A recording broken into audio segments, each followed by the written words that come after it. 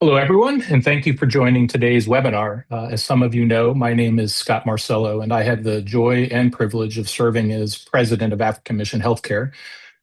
African Mission Healthcare, or AMH, operates from Nairobi, Kenya, serving 35 mission hospitals across 11 countries. Our big vision is an African continent filled with enduring and improving health systems where everyone has access to quality, compassionate care. We pursue that vision by partnering with mission hospitals like the one you'll hear about today, treating patients today, training hospital health professionals for tomorrow, and strengthening hospitals for the future. Today, we're featuring an interview with Dr. Greg Sund. Dr. Sund is a trained U.S. anesthesiologist. In 2014, Greg chose to become a missionary doctor at Kijabe Hope Hospital and a professor of anesthesia and reanimation at Hope Africa University. Both are in Burundi, one of the poorest countries in Africa. In 2022, Greg and his family relocated to Kijabe, Kenya, where he's currently serving as the head of anesthesia at AIC Kijabe Hospital. The move to Kijabe allowed Dr. Sund to pursue an expanded vision of making reliable, safe, high-quality anesthesia care possible across Africa. Greg is joined today by Dr. John Fielder, who many of you know. As many of you are already aware, John is co-founder and chief executive of African Mission Healthcare. John also completed his medical studies in the U.S., first at Baylor College of Medicine and then the internal medicine residency program at Johns Hopkins. He served as a missionary doctor in Africa for nearly 25 years, first at Kijabe Hospital, then at Partners in Hope Hospital in Malawi, and then returning to Kenya from where he leads AMH and in his spare time, right, John? All that extra time provides clinical care. Mark Gerson will host our interview. And again, many of you have met and know Mark. Mark is our co-founder of AMH and serves as our board chair, also serves as board chair. He's a successful entrepreneur, a committed impact, or as we like to say, ROI-focused philanthropist and published author. Mark's wife, Rabbi Erica Gerson, is also a member of the AMH board, and together Mark and Erica are amazing supporters of AMH and African medical missions. One last thing I'll say is Greg and John would love to address your questions. So throughout the presentation, please post them in the chat. We'll do our best to incorporate many of your questions into the discussion. And with that, I'm going to turn it now over to Mark Gerson. Okay, well, thank you, Scott. So, Greg, it's such an honor and a delight to be with you here today. So, why don't we begin by just hearing your story? So, Scott mentioned that you got to Kibuye in 2014 as a missionary doctor. So, I'd be curious to know about a little about your training, but really how you decided, of all things in the world, to become a missionary doctor in Africa. Yeah, thanks, Mark, and thank you, Scott and John, for joining today. Yeah, after I finished my residency and I did a fellowship in cardiac anesthesia. I finished that in 2006. I started doing short trips to Africa, working with various groups in West Africa, mercy ships, and doing surgical camps. And over time, I started to become just more and more convicted of the need, not just to come and do anesthesia for 2 or 3 weeks, but the need for training and mentoring anesthesia providers, both nurse anesthetists and also physician anesthesiologists, of which there's really a massive workforce shortage across this continent. And so in 2010, I was doing a short trip at another mission hospital in Kenya called Tenwick Hospital, and I met a group of American doctors who were planning to serve long term as missionaries as a team, and they ended up going to Kibuye, Burundi. This team they just happened to be in Tenwick at the same time you were there? Yeah, they were doing a 2-year program with Samaritan's Purse called the Mhm. post-residency program. And I met there Jason Fader, who was the first L'Chaim recipient. Right. And Jason and I kept in touch, and he said in 2013, he reached out and said, we've decided to move to Burundi. We only have one nurse anesthetist, and she doesn't know how to do general anesthesia. She can give spinals and ketamine for sedation, but would you consider taking a sabbatical from your job and coming out for a year? So where was your job? Where were you when he called? So I was working in Bellingham, Washington, which is north of Seattle, just Okay. doing private practice anesthesia and still, continuing to make short trips throughout the year to various locations in Africa. Had you considered up to then devoting your life full time to missionary medical service? Yeah, I mean, I think it's something that my wife and I had talked about and something we felt called to and led to for many years, but we were kind of, praying about where to go long term. And that took a while for that to be revealed to us really. Hmm. And it was really through Jason's phone call inviting us to come out that started this chain of events that led us to be here on the continent since 2014. Okay, so 2014, you get to Burundi. And Yeah, so in 2014, we moved to Burundi. how many anesthesiologists are there in Burundi at that point? There were currently five anesthesiologists for about 13 million people, and all of them were working in the capital city. So I was the only one working in a rural area outside the capital. And when I got there, I realized that there was a whole nurse anesthetist training program that was being run by a physical therapist because there were no anesthesiologists. And there were medical students rotating through that needed to learn about anesthesia and critical care. And so from day one, I was just surrounded by an ocean of learners and people hungry for knowledge and teaching. Did you speak French? So we learned some French before we went, but when we decided to go back long term, we did have to go to France for a year for language training to improve our French. And so, yeah, all the teaching there was done in French. Um, so, So yeah. here's a question about that experience specifically, but also generally. How is surgery conducted without physician anesthesiologists? So, I mean, the vast majority of anesthesia on the continent of Africa is provided by non-physician anesthetists, and this varies from country to country. In some countries, it's formally trained nurse anesthetists. In countries like Burundi, it's what are called anesthesia technicians. And then still in a lot of parts of Africa, it's just people who are trained on the job how to give a drug, mostly a drug called ketamine, to keep people, mostly unaware during surgery. Yeah, unfortunately, because of that variability in training and variability in access to those different providers, anesthesia care on the continent really remains very unsafe and dangerous in a lot of the continent. Because what can go wrong or what can happen where a physician anesthesiologist will be necessary in lieu of someone who has some training, but not that of a doctor? Yeah, I mean, so the degree of the scope of practice for these non-physicians is quite variable. Some of them are comfortable doing spinal anesthesia for things like cesarean section, which is the most common surgery performed on the continent. But there are complications, even if a spinal is performed correctly.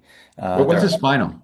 A spinal anesthetic is an injection of a numbing medicine into the fluid around the spinal cord to make a patient numb over where the incision is going to be. Hmm. And in some patients, that level goes up to the point where it affects their breathing, their blood pressure and heart rate, even their consciousness. And physician anesthesiologists are trained how to respond to that, how to intervene to support patients who develop that complication. And that's why, although that complication happens in places like the US, the chances of dying from that during surgery are exceedingly low because anesthesia providers in the US are well trained and they have the tools and the resources and the monitors to detect that and to respond appropriately. And those sorts of things are often lacking in places like Burundi. So if I get Benny, if you get surgery here in New York, there's some chance that the anesthesiologist did something significant when you were asleep.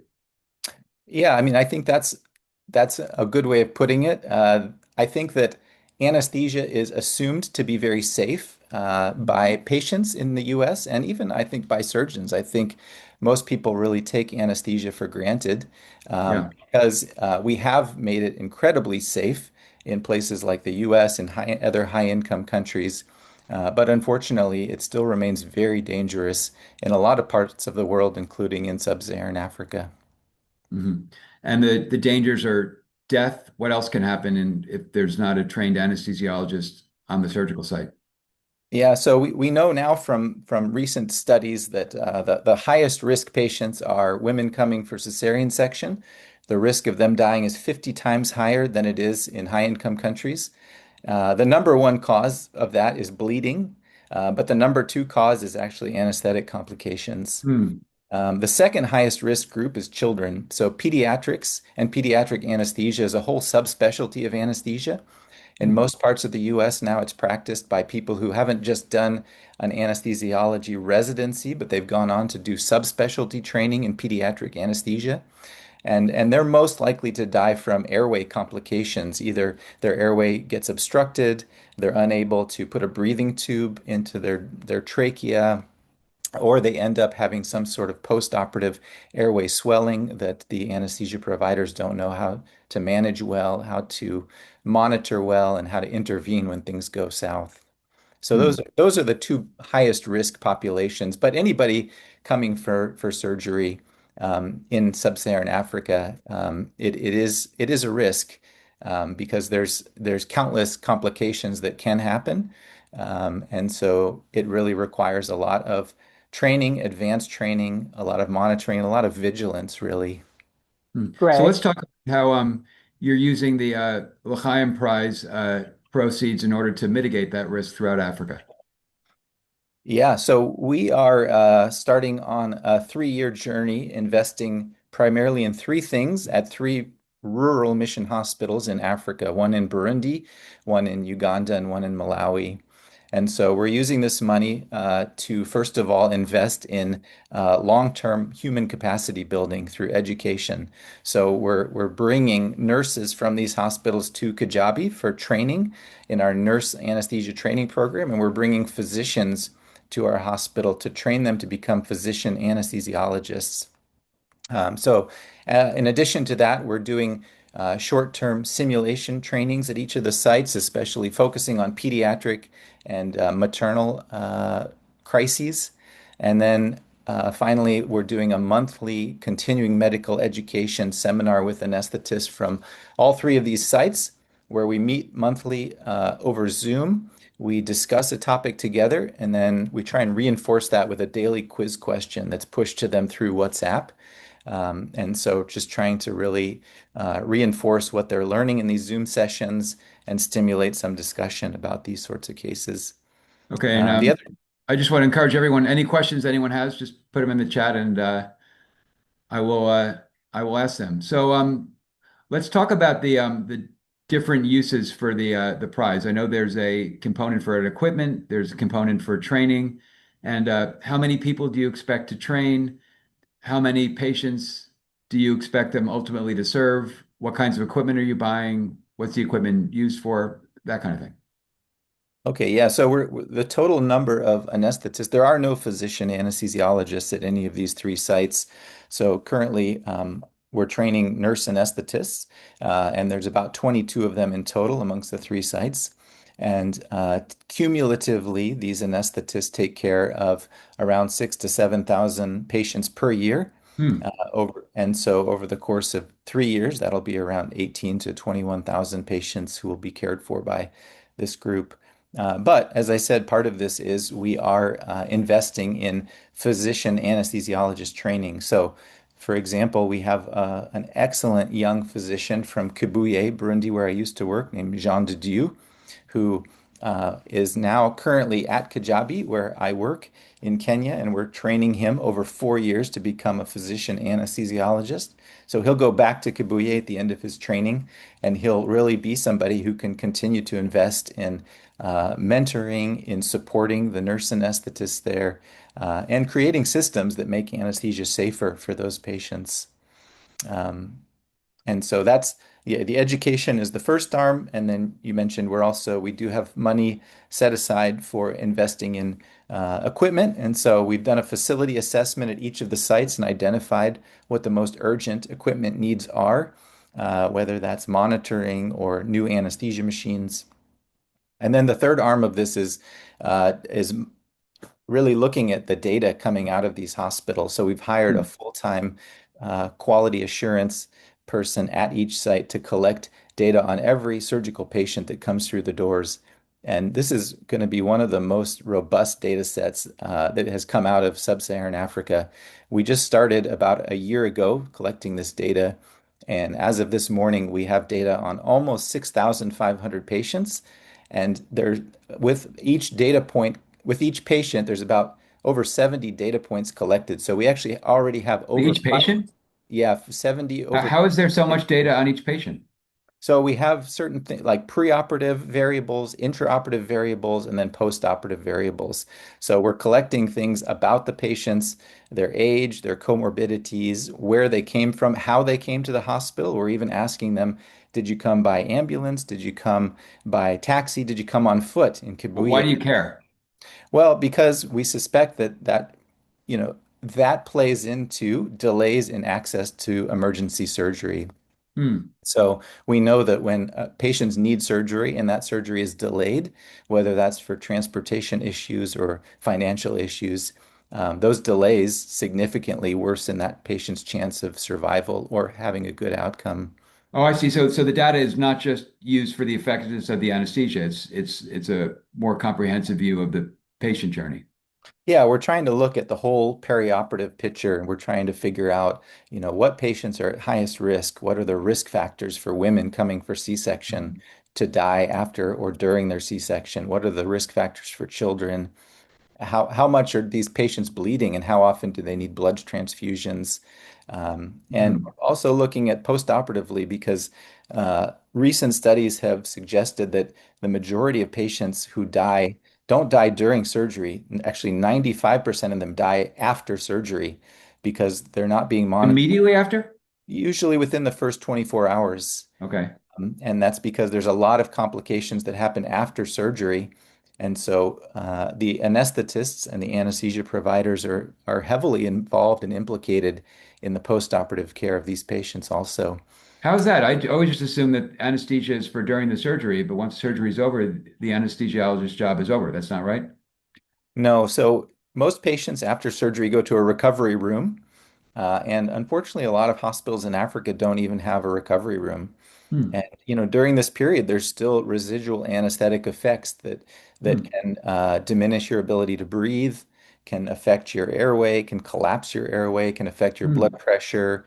Patients can continue to bleed after surgery. And so all of that needs to be monitored by a qualified anesthesia provider who's able to respond to those changes and rescue patients when they do get into post-operative crises. And that's what the training will help with, and that's what the data will show. Yeah, so regarding the training, we've really tried to focus our training on three things, on anesthesia for pregnant mothers, on pediatric patients, and on postoperative care, because we know that those are the three patient populations who are most at risk of dying from surgery in the perioperative period in Sub-Saharan Africa. Hmm. Okay, question from the chat. What has been the biggest surprise or learning that you've taken from this decade plus? Um, uh, what do you wish you knew when you started that you now know? Ah, that's a great question. I think over the last 10 years, what has really impressed me is the need and the hunger for mentorship amongst anesthesia providers working in these rural hospitals.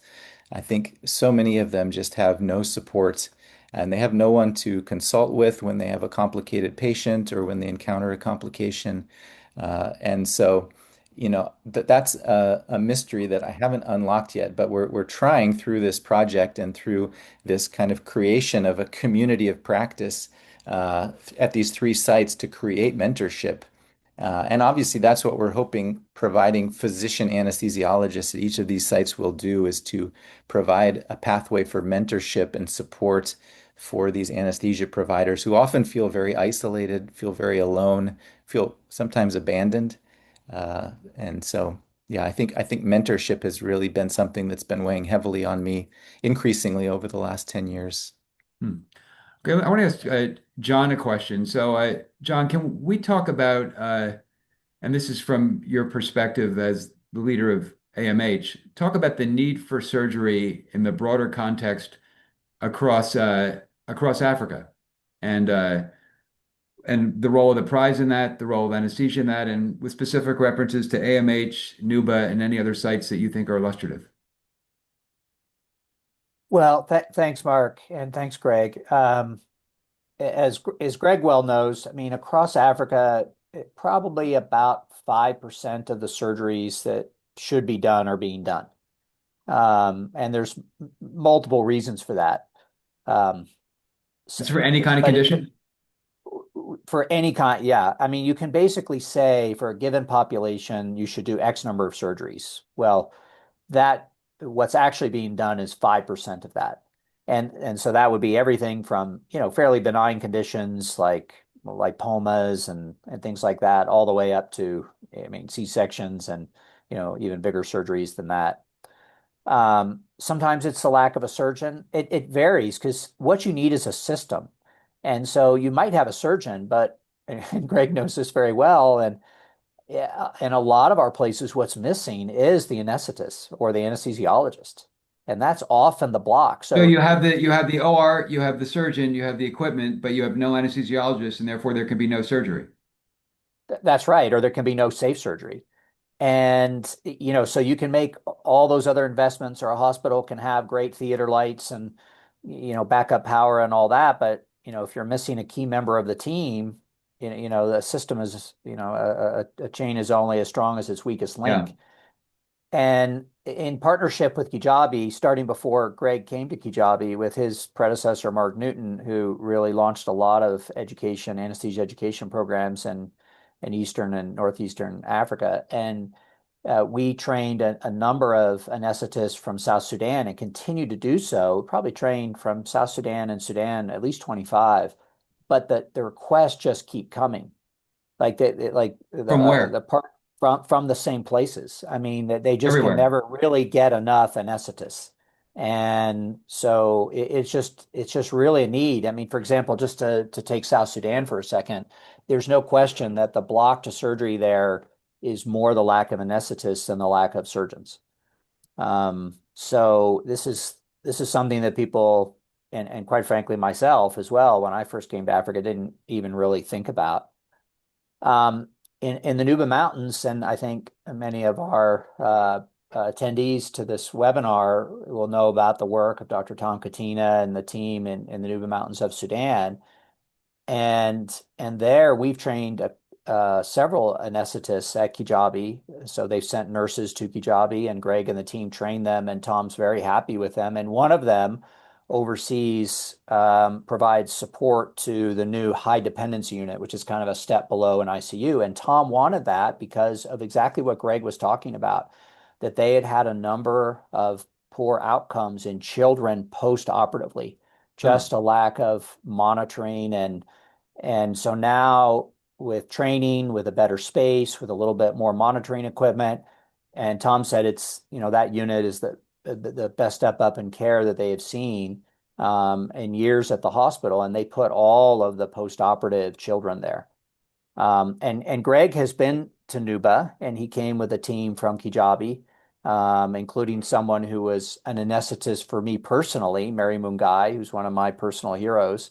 And they went up to Nuba Mountains. And Greg, you can talk about maybe the mobile obstetrical simulation training that you do all over the place, but that you did there in Nuba. Yeah, yeah. So one of the components of our L'Chaim grant is to do this obstetric simulation training at each of the sites.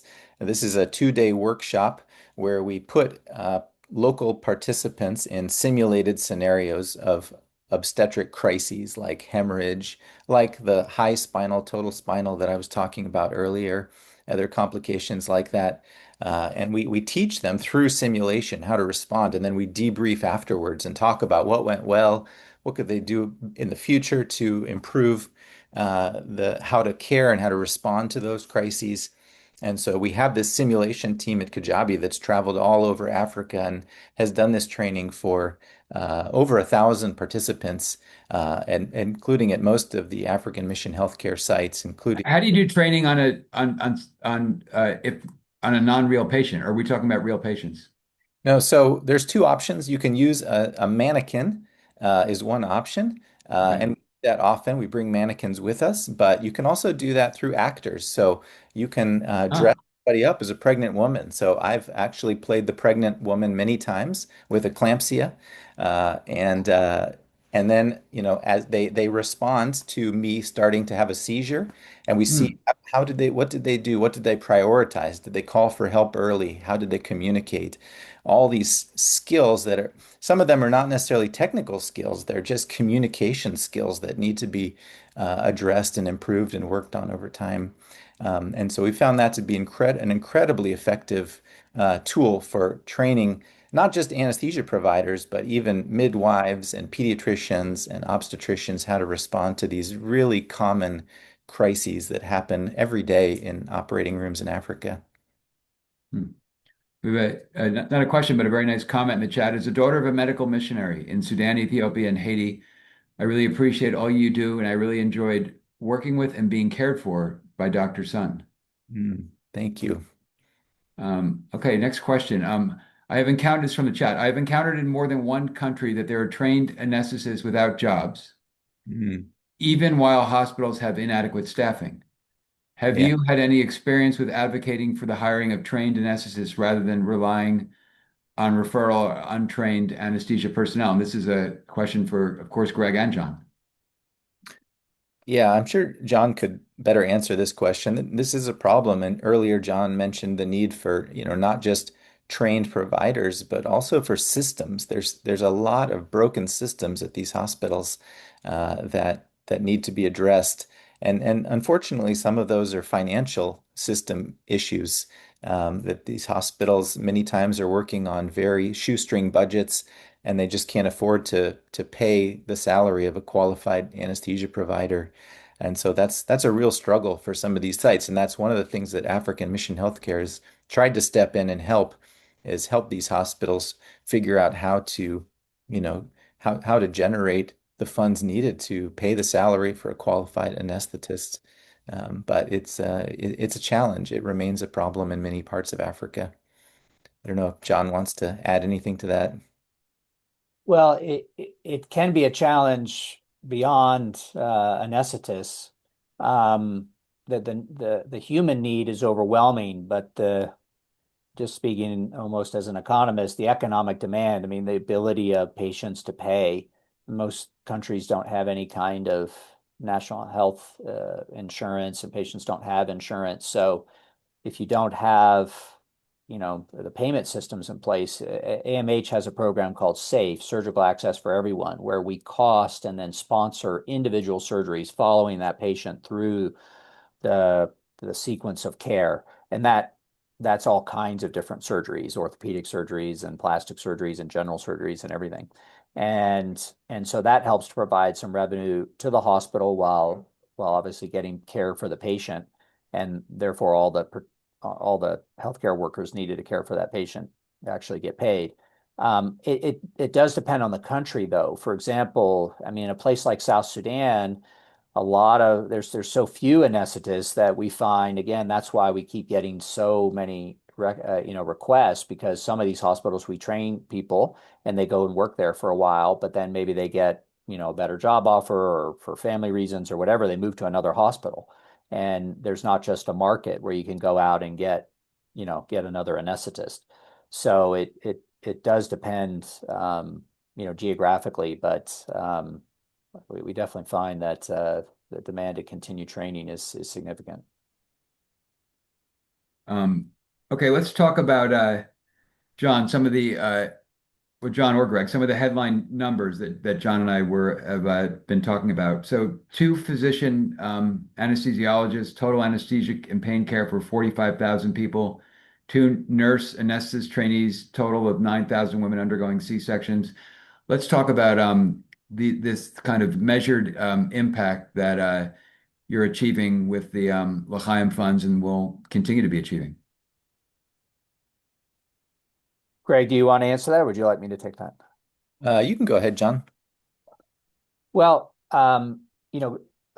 Greg and his team will be, measuring in a way the activity of uh, the different anesthetists and anesthesiologists. And, just to be clear, most of the anesthetists that are that he mentioned in that 6,500 person database, we've not sponsored their initial formal training, but Greg and the team are now giving additional mentorship to. but then we have trained quite a few anesthetists over the years. And there's kind of an assumption about the number of lifetime surgeries or the number of Mhm. lifetime C-sections that they will be involved with. And so that's where the numbers that you mentioned come from. And some of this, a group like the Pan-African Academy of Christian Surgeons that's been following their surgeons for some years now, 10 and even 15 years, they find 10 to 15,000 career surgeries. And an anesthesiologist will generally do more cases than a surgeon. Because they can do So multiple at once. Greg can answer that. Yeah, I mean, if you're working in a hospital where you're supervising 2 or 3 operating theaters, you're usually working with non-physician anesthetists. And so, Mhm. for example, when I worked in Kibuye in Burundi, I was overseeing 3 operating rooms, and was really overseeing the care of the majority of surgeries happening every year there. And so that's why the impact can be multiplied. And you're there as a physician consultant. You're usually there for the induction, which is often one of the periods where you encounter a lot of these complications. You're there so that the anesthetist can call you if there's any sort of instability intraoperatively, and you're there for the emergence when the patient wakes up, making sure that they're breathing adequately, that their heart is beating well, their blood pressure is good, and that they've recovered adequately from the anesthetic. And the physicians also, we play a big role in pain management after surgery, which is something Mhm. that's really massively neglected um, Mhm. for many reasons, in Sub-Saharan Africa. But this is something that we teach our anesthesia residents to care a lot about is are these patients suffering after surgery? Some of them have very painful incisions, very painful recoveries. Uh, Mhm. and we teach them how to do things like nerve blocks to really decrease their postoperative pain. And that doesn't just relieve their suffering, it also helps them to get up and walk faster, which decreases many complications like blood Mhm. clots. And it also oftentimes helps them to get discharged from the hospital faster. Many times patients are stuck in the hospital for days or weeks only because they just have uncontrolled pain. And so if we can teach our trainees how to really use all the tools in their toolbox to control that pain, we can really have a huge impact on our patients' suffering, their well-being, and even their outcomes after surgery. So we have a comment here from Dr. Ernest, who's an anesthesiologist at Mabingo Baptist Hospital in Cameroon. I know, Ernest. I'll just read the comment. Extending deep appreciation to Dr. Sun for his great contribution to anesthesia safety across countries. I benefited from his mentorship in 2021 over a 6-week rotation in Kijabe when I was training in anesthesia at Moi University in Kenya. I'm now back in Cameroon serving patients and also contributing to the training of nurse anesthetists. May God bless your efforts. Thank you, Dr. Ernest. It's wonderful to hear from you again, and so grateful for the work you're doing in Cameroon. So we've talked about numbers and impact. Let's talk about some examples of actual patients that the people you've trained, that you and or the people that you've trained have actually helped, and what their outcome would have been without you and those you've trained, and what their outcome was. Yeah, so, I can tell you a lot of stories of patients who have had significant complications from anesthesia and surgery. One story that really stuck with me was when I arrived in Kijabe. This was back in 2021. We had a patient who had had a C-section at another hospital, and she had developed this complication that I mentioned earlier, this total spinal. And we don't have all the details, but either the anesthesia provider didn't recognize what was happening or recognized it and didn't know how to intervene, how to treat that, and how to support her. And as a result, she ended up with severe anoxic brain injury, meaning there was a period where her brain did not get oxygen, and Mhm. she ended up uh, unable to walk, unable to talk. And she came to our hospital and laid in a bed in our general women's ward for 3 months. And after 3 months, she passed away with her baby and her husband at her side. And When I talk to obstetricians from different parts, especially the more rural parts of Africa, they say this story happens all the time. And they say that their ICUs are just filled with patients who have had this complication. And as I said, this happens in the US, but it's recognized quickly, and the anesthesia providers, whether they're physicians or nurse anesthetists, are trained how to support women who develop that complication. And so we don't see patients having that sort of outcome from a high spinal or a total spinal. It's exceedingly rare at this point. So yeah, that's one of the reasons why whenever I get the chance to talk to anesthetists in these very rural areas, if I have 20 minutes to talk about one thing, I talk about that complication and I teach them about the physiology of it, why it happens, and what they can do to both recognize it and to treat it when it does happen. And so yeah, that's one example of a patient who really stuck with me over the years. Hey, two really interesting questions in the chat. Um, what is the current reality for the supply chain for anesthesia consumables and inputs, as inclusive of machine maintenance, repairs, and especially for the most rural areas?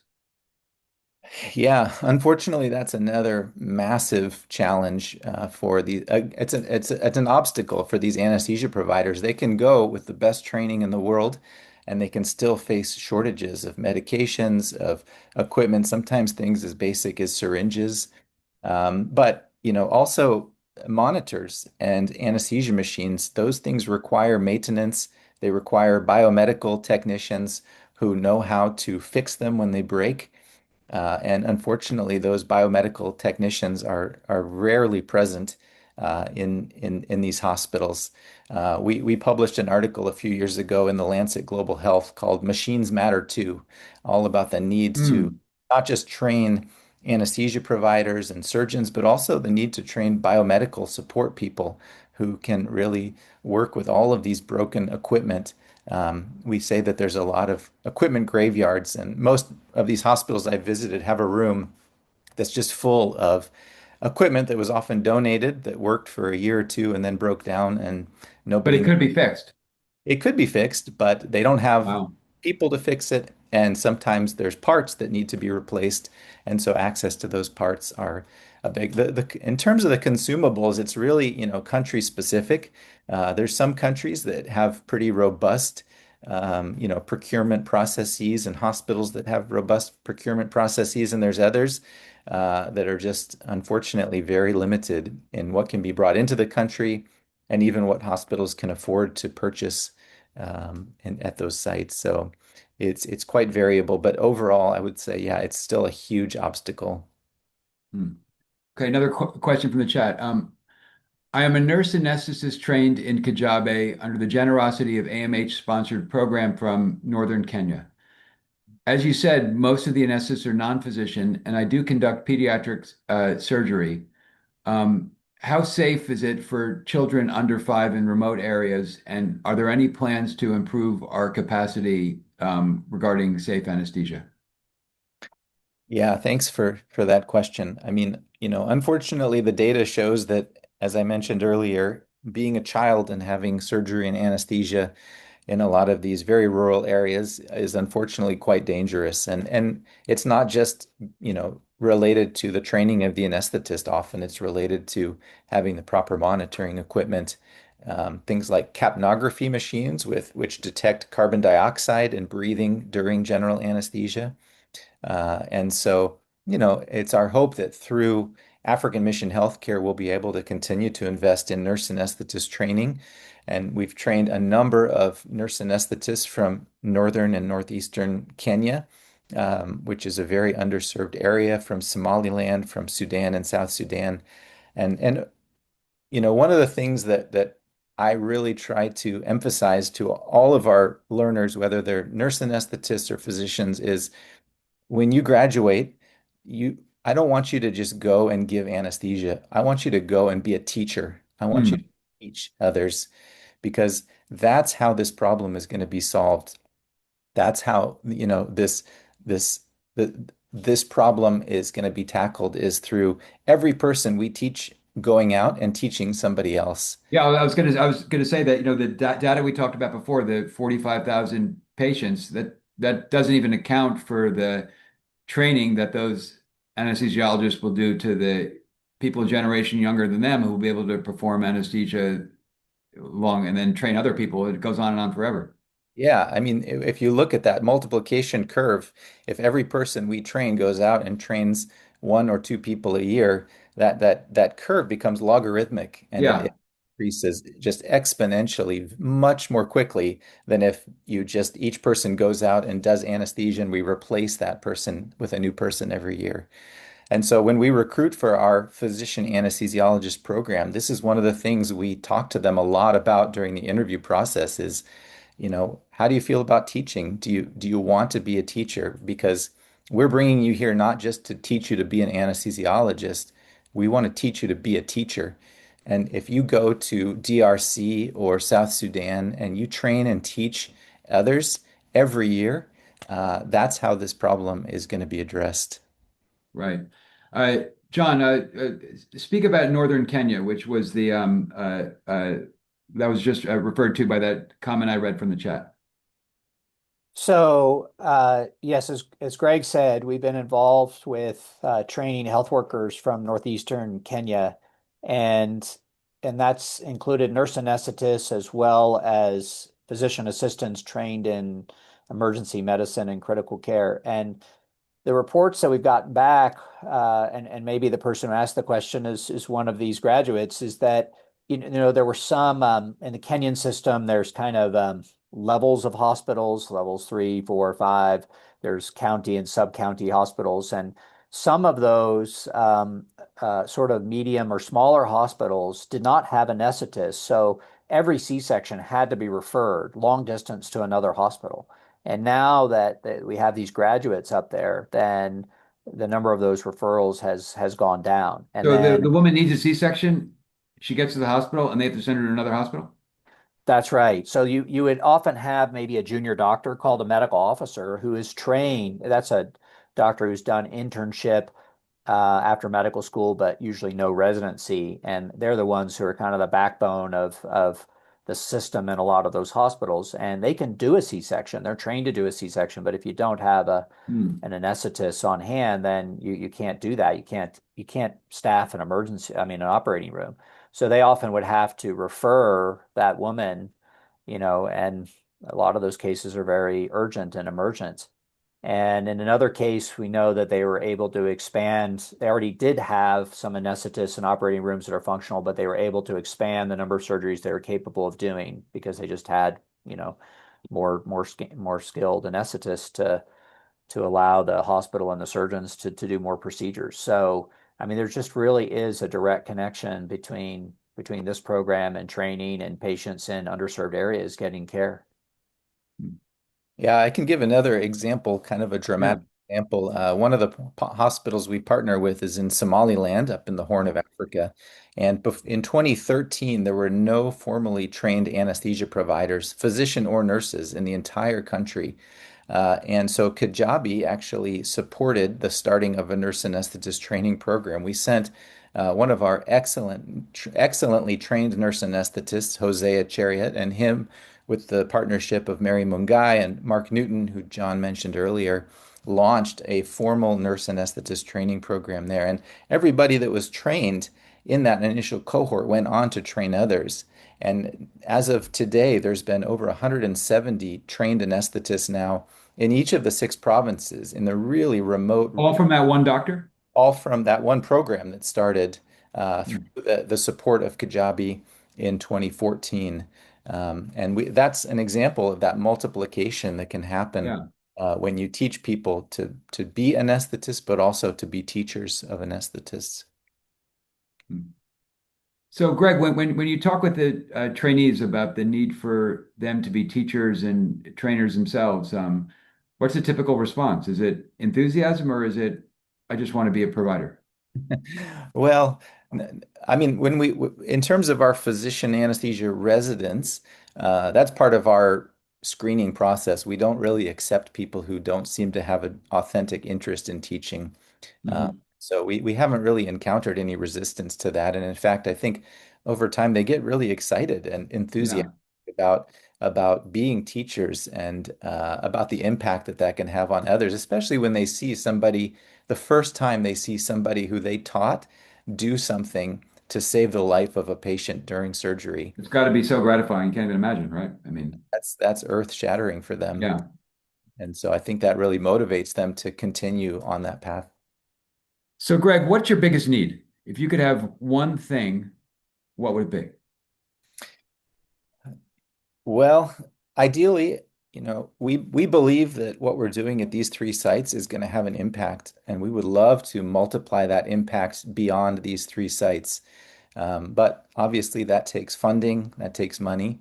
We suspect over the course of 3 years, we will be investing about $125,000 at each of these sites. But we think that that's going to make anesthesia and surgery significantly safer for the patients.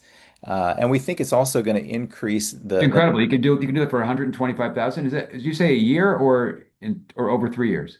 no, over 3 years, yeah, 125,000 per So, site. so That's for 40, 50,000 a year. You're okay. Amazing. Yeah. that there's a number of components that make up that number, and that ranges all the way from to train a physician anesthesiologist takes about $25,000 per year. To train a fully qualified nurse anesthetist takes about 18,000 total USD, which is an 18-month program. And for something as simple as buying a capnography machine that helps us monitor breathing during anesthesia costs $1,000. And so there's many components that go into this, and all of them will have an impact, we're quite certain. And so it's really our And do you hope. have people ready to go? I mean, is money the gating factor? Like if you talked about the $125,000 over 3 years, like could you launch another site next year if that money was available? For sure. Yeah, we have hospitals that are willing to send people to Kijabe for training. We have hospitals that want to partner with us and want to partner with African Mission Healthcare. And it's really just a matter of financial support to enable this project to expand. Amazing. Well, Greg, God bless you and all you do, and what an honor and delight it is for us to be able to partner with you and to help enable your sacred work. So thank you. Thank you, Mark. I really appreciate African Mission Healthcare and all they're doing for so many patients across this continent. Yeah, and let me just quickly jump in. I want to grab a theme that I think Greg and John mentioned, this whole idea of the weakest link and this being a system challenge. And I think that's what makes partnerships between AMH and people like Greg, Dr. Sund, and the program at Kijabe so special. Because what really happens when we bring this together is an ability not just to solve a single problem, which doesn't really solve the bigger problem, right? So training more people, as one of our participants, questioned the financing model as a key element, doesn't necessarily solve the problem. Putting in more equipment at a hospital doesn't necessarily solve the problem. When it really comes together, when someone like Greg can help orchestrate a bigger solution with these partners, we can figure out which equipment they need, how much of it they need, how much training they need, how much clinical support they need. John mentioned the SAFE program. All those things coming together are what enable, I think, a really high ROI, Mark, as you like to think about and talk about, and a really amazing impact at these hospitals. So for those on the line that are already supporting AMH, we thank you for that. And I hope listening to people like Greg motivate you to continue that support and maybe even grow it. And even more broadly, help us partner with people like Greg. It's amazing, right, Mark, that not only can he do so much with so little, but we have a pipeline. This is in the context of having an impact in Africa, this is a scalable project. It has multiple partners that are standing ready. The need is huge. And while it won't solve all the surgical needs across Africa, there's other things that need to be done alongside this. As John said, this is often the bottleneck that prevents safe surgery from happening in these countries. So I too want to share your gratitude, Mark, for Greg and all the amazing work he's doing. If you haven't been able to tell, he's an amazingly humble, committed person who you don't just show up in Burundi and work for 8 years and not encounter some challenges and difficulties and some heartbreak, right, Greg? And yet he's worked through that with his family, and now he's moved to Kijabe where he can have an even bigger impact, not because the care is different or the patients need more, but he can actually from there orchestrate a program like this and ripple across all of Africa. So Greg, thank you for your leadership in that. And we thank everyone for joining us today. John, anything you'd like to leave with before we close? Only to say that, as I alluded to before, it's also personal for me. Greg was the anesthesiologist when my wife had a procedure at Kijabe. A Cameroonian anesthetist who works at Kijabe, his wife's a surgeon there, was the anesthetist for my daughter when she broke her arm. And then I mentioned that Mary Mungai, who was one of the very, very first nurse anesthetists in all of Kenya, was my anesthetist when I needed surgery at Kijabe. So, our family's been very fortunate to benefit from the excellent training program and the excellent people who are there.